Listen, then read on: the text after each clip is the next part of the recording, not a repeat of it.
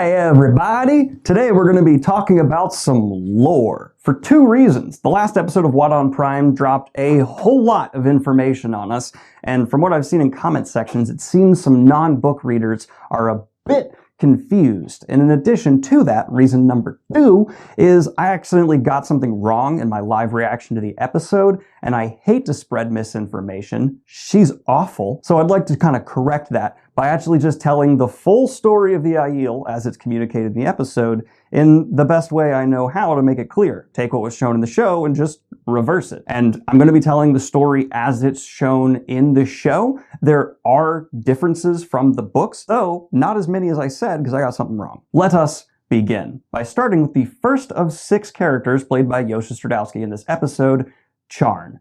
Think of charm, drop the M, add an N. Now, Charn is a super happy Dachshane Aiel. What's a Dachshane Aiel? Well, it's a follower of the Way of the Leaf. I have to draw a leaf now.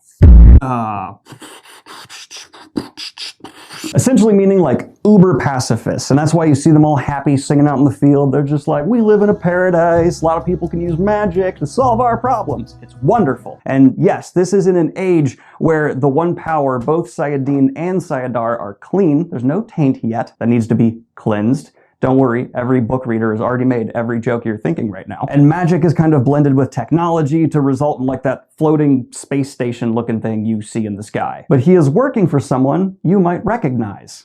Yes, one of the Forsaken Landfear is operating in this time, but she's going by a name, Mirren. Actually, her real name. I don't know if I spelled that right. And her motives in this time are altruistic, it seems. She's found a source of power outside the pattern that seems like it could be used by everybody. No longer would these magic miracles they can do on a scale far greater than the age we're currently in with Rand will be held by Aes Sedai. They'll be available for all. And so she decides to drill a hole in the pattern to outside.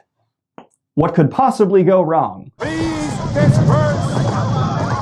Nothing to see here. This bore results in the big split you see in reality. And on the other side, it's the Dark One. And that power she encountered is the true power. Useful, to say the least, but equally dangerous. And thus begins the war you've been hearing characters talk about since the show started. The original Dragon Reborn, Luz Theron versus Sky Butthole, or the Dark One as some call him. The Dark One gains the 13 Forsaken, there's Trollocs, wars, the War of the Shadow, massive death everywhere, costs millions of lives, but... Oh, I'm gonna try and draw a dragon now.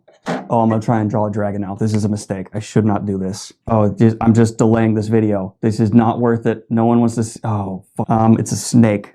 I need to make it not a snake. Arms. Wings. That'll do it.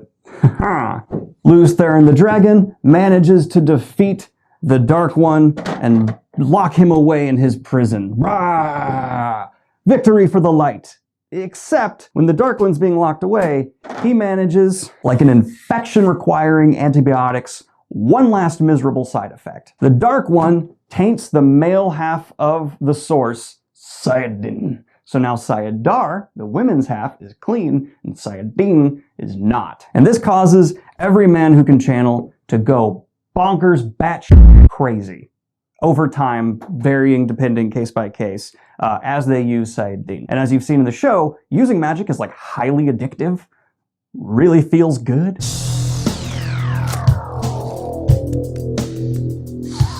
And so they all eventually do. And this causes, just after the War of the Shadow, which cost a lot, the breaking of the world, which arguably costs even more. Because all men who can channel are being hunted and systematically killed or stilled by women who can channel now. And if you remember how much more they are all capable of magically during this time, it's equivalent of like women tracking down sentient nuclear bombs and they're not always successful at stopping them from going off. Continents move. Mountain ranges shift. The world is different after this. No city is safe, which is why people start moving around. And this takes us to our next vision. This one required like the most supplemental material, but you've gotten a lot of it in the show already. Because from here we cut to our next Dachshane Aiel, Roderick, as he and the Dachshane Aiel are given the ultimate task by the most respected people in the world, the Aes Sedai. And that is to guard two very sacred things. The first, the Avendasora plant. These need to be protected at all costs. So they take them, pot them, put them in their wagons, and they're trying to prevent them from all being lost and destroyed during the breaking of the world. And then we see he is handed an orb. And this is a change from the book. I already highlighted in my watch along, but in case you didn't see that, in the books, we're first introduced to the Golden Cowl, as it's called in the books, in a very different way. It's actually a statue, and it is powered by like a super huge statue that's currently buried in our time. And it's the greatest magical thing ever invented. And there's two, one for men, one for women. The show is doing away with the male one and making it just an orb for women, and making the sword that is not a sword, Kalendor, the equivalent for men, which Kalendor is also in the books. It's just unrelated from these things, and they are now making them related so that they don't have to deal with an extra artifact and condensing in the show. And it's a change that makes sense to me. I hope that was easy to follow. But the Dashain Aiel super duper promise to take care of these things and to peacefully travel the world looking for peace and safety. Shine. Higat Yerusavinu Dinya. Sagat Asakuren. Hisenofin. Wala. Dani lavaka. Gata fonai. Sagata sa jayanda tumasenya. Tota at the orba. No Sanaatha. Vakairo Ayasidai. Ira begrat, Ayasidai. فالخاري شاغ ليتا وسفار أيل هي جنتو ورات بات ليتا وسفار فالخاري شاغ إيرو بغرات كرايا ساسيرني. And that's why we see thousands of wagons leaving that city as the world is shaking and all this bad stuff's going down. But are they able to keep this promise? No! Because turns out if you make a pledge that your children's children are going to do something, they might not. That sounds really hard. You don't know how bad things can get. And when the world's splitting apart, bad. And this takes us to the post-breaking world, or kind of during the breaking world, where we see Jonai, the sad old man looking for the little boy. And here we see the Tinkers split from the Dashain Aiel. And this is what I actually got wrong in my video. This is really important. One group heads south, and that is the Tinkers, who are still following the Way of the Leaf, but they're just not going to be dedicated to these artifacts, but they're going to stick to the nomadic wagon life, because at this point they've been doing it for so long, it's like all they know. But Jonai is going to meet up with people across the spine of the world, and they're the last of the Dashain Aiel. They're the people who actually managed to bring Avendasora into the Waste and keep their promise for the Aes Sedai.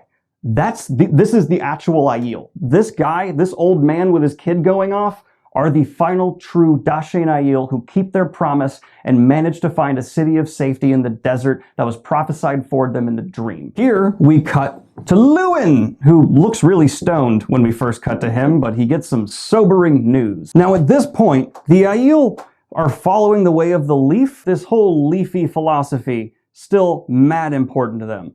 That's a flower, but okay. But Lewin decides, I'm tired of letting people just take our sisters and daughters and kill our brothers and fathers, so I'm gonna go get people back. And he takes a spear and he slices someone's face right off. Just give him a good old whack. So to be clear, these descendants of Jonai now split between the Gen Aiel, who continue to follow the Way of the Leaf, and the new Aiel, who take on the warrior culture we've come to know, and who spend the next chunk of history protecting the Gen Aiel as they move the remaining magical items to Rhuidean, before the rest of the Gen Aiel are eventually assimilated into the Aiel culture. People who will not use a sword in a twisted version of the Way of the Leaf, because this is a weapon purely for killing, and instead use knives. This is not a sword, it's just a big knife. Spears, and bows and arrows, because those can be used. And the whole hide your face for me is why the Aiel will cover their face before they kill someone. Which then takes us to Madian, Robert Jordan name. And we see that this is a descendant of Lewin's way, and they've started the whole Aiel clans and all of that with the wise ones. And we see he is told by an Aes Sedai that to become a leader of this new version of the Aiel, you must go through these pillars and see the truth of all that came before, to know you are oathbreakers, which, with what Aiel culture has evolved into, is a pretty hard pill to swallow. I try to think of like a real world equivalent, and nothing really fits. It would be like a Spartan finding out they're actually descended from a bunch of nerds. It's a bad comparison. And this is so traumatic that it actually kills a lot of Aiel who just can't handle it psychologically while they're going through the pillars. I saw some people pushing back on my theory that Rand has it a bit easier because he's not as connected with these people. I disagree. I get on like a spiritual level, it's still like he's experiencing the emotions just as much. True. But when he's back in his own body, like, yeah, he's got the weight of responsibility and all, but like, I don't know, especially the way it came across in the book and how him and Matt kind of jaunt out of there and he's more concerned with the hanging Matt, which is a thing from the books. Well, because Matt's actually the one who goes with him to Rhuidean side by side, not Moraine, but we're not going to get into all that now. This is about the show. It just doesn't feel as impactful to me as it should, though I love this part of the books. And what I meant when I said this was an invention from the show, and I should have been far clearer about this, we do not see the creation of the pillars in the books. That is something from the show that was a little handholdy in my opinion, but after seeing so many people who are not book fans say like, no, I absolutely needed that shown to me, I'm fine with it. I think that's great. Which then takes us to the only vision that is a complete invention from the show. And that would be Rand's direct father, who is an Aiel, Janduin. And if you notice, Rand was under the impression his mother was an Aiel, and one of the wise ones like, your father, but your mother, and then is interrupted. That's a mystery I'll let the show get into. But we see him finding Rand's mom all super dead after giving birth to him, and that Rand has been taken as a little baby by Tam. And he's all sad and mad about that. And we also get the detail, I don't remember this from the books. People who are read it more recently, let me know if this is a thing. He killed the king, apparently, of Carian, which that ties Rand and Moraine even closer. But all of this history leads to our boy Rand, who's just gone through a whole lot of trauma. I'm going to give him a very stunned face there, as he carries Moraine out of the waste, trying to process literally generational trauma. And knowing all of that is going to be very important for the next couple episodes of What on Prime. I can promise you that as a book reader. And if I got any of the smaller details here wrong, please let me know in the comments down below. I'll pin any comments. But this is the true story of the Aiel told in the reverse order that the show did, which is going back in time. I went forward. And if you want more of my face, Kayla and I just posted a similar watch along to what we do with the Wheel of Time on Patreon for The Rocketeer, which was an absolute blast. Like and subscribe if you have not already. Hit the Patreon if you want to support what I do here. And have a good one, y'all. Peace.